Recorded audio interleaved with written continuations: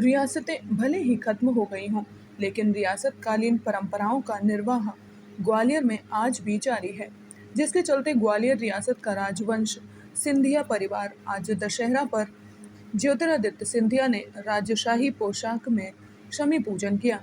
साथ ही अपने महल में राजशाही अंदाज में दरबार भी लगाया, जिसके बाद ज्योतिरादित्य सिंधिया ने कहा कि मेरे देश और राज्य में सुख शांति हो, जीवन में खुशहाली आए, यही कामना है।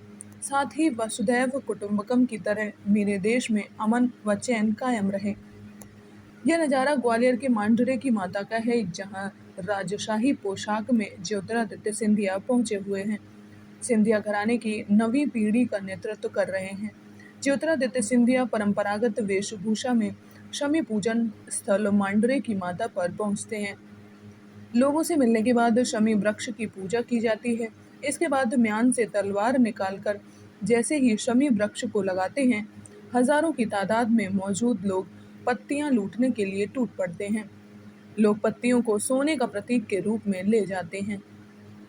सिंधिया रियासत में आज के पारंपरिक पूजा अर्चना संपन्न हुई। आपको बता दें कि सिंधिया रियासत की कुलदेवी का मंदिर मांडरे की माता पर है। इस मंदिर में ज्योतिरादित्य सिंधिया ने विधि विधान से पूजा की। इस दौरान मराठा सरदार भी उनके साथ रहे। पूजा खत्म कर मराठा सरदार उनका आशीर्वाद लेने के लिए बाकायदा शाही परंपरा का अभिवादन मुजरा करते हैं। पूजा के बाद सिंधिया वापस जयविलास पैलेस पहुंचते हैं। दशहरे का भी दरबार लगाते हैं। दशहरे के दरबार में मराठा सरदारों के वंशजों को ही जाने की अनुमति है।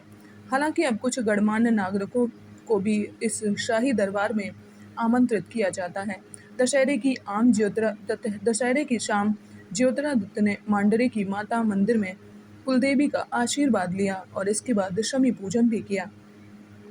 इसके बाद आमजन और मराठा सरदारों के परिवारों को स्वर्ण मुद्रा के तौर पर शमी के पत्ते भी लुटाए गए।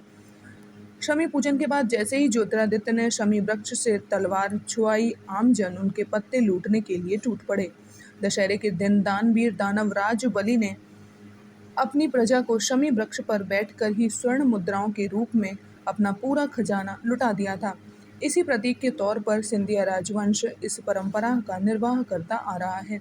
ज्योतिरादित्य सिंधिया हैं तो तत्कालीन सिंधिया रियासत के मौजूदा वारिसी, लेकिन वे जनता के बीच साधारण कुर्ता पजामा में रहते हैं। लेकिन दशहरा आते ही वे राजनेता से महाराज। ग्वालियर के वासियों को, मध्य प्रदेश के वासियों को दिल के गहराइयों से बहुत बहुत शुभकामनाएं। दशहरा हम सब के लिए वो महत्वपूर्ण दिवस जो इस बात का प्रमाण है कि बुराई के ऊपर सच्चाई की जीत होती है और असत्य के ऊपर सत्य की जीत होती है।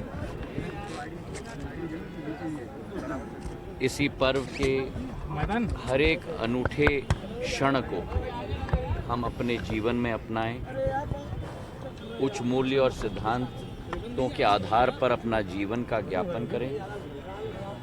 यही सीख भगवान राम से हमें मिलती है।